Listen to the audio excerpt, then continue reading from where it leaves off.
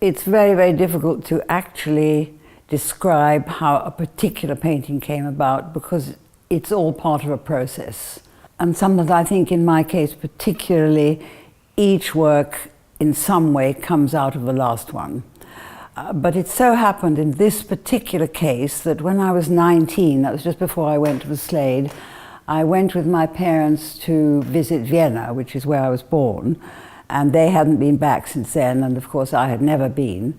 I was 8 months when I came to this country, and we went to St. Stephen's Church, which is an amazing, deeply Gothic building, very, very resonant of darkness and fear.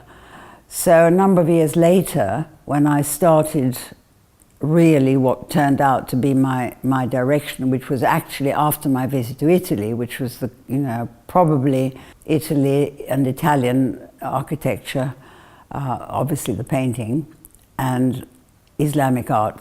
That, together with my visit to Morocco, were the two main influences on my life. So when I started painting with quite dark colours, they were rather formal and symmetrical to begin with, and so St. Stephen's Way, I think I was trying to shift space in some way or another to see if I could control it more.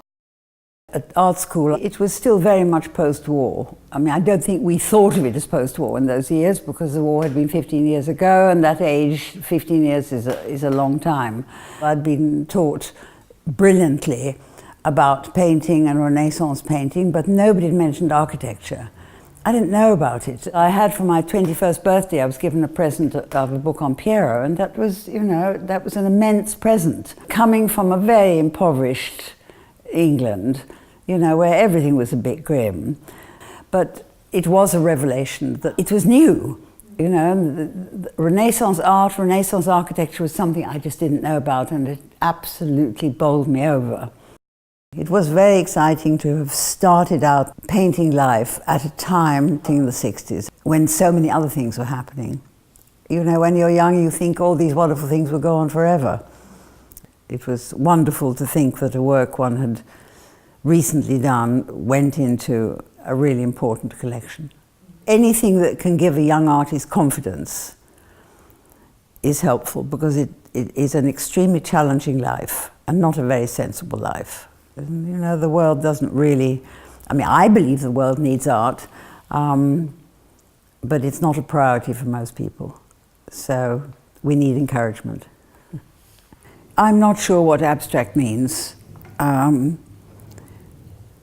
because everything comes from somewhere. It's just we haven't seen everything. And perhaps with painting and sculpture, with art altogether, you are trying to reach out for something you sense is there, but you don't quite know what it is. Now we're making so many discoveries about the world and our brain and ourselves. We know there's a lot more than meets the eye. So I think it is an aspiration towards something that you can't see and you actually want to get hold of it. I think that is probably as important as anything seen. Very often the colours I use represent something like, let's say, a time of day. That moment in the morning, in the summer, when suddenly the light appears and is rather brief. Or perhaps an emotional light, that kind of colour that you feel somehow, but again, can't put your finger on. To me, it always represents a particular thing, a particular feeling, a particular time of day. But at the same time, I know that that in itself won't communicate. So it has to add up to more than the sum of its parts. I have always wanted to infer that there is something beyond the surface. After all, we are trying to do something slightly absurd. We are trying to contain the world within a framework.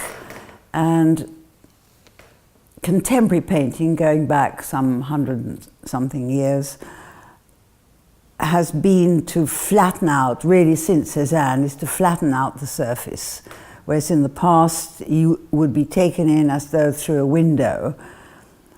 I think probably I have wanted to combine both, but I have wanted to, maybe it's very old-fashioned in a way, I have wanted to take people through Now what there is there, I don't know any more than anybody else.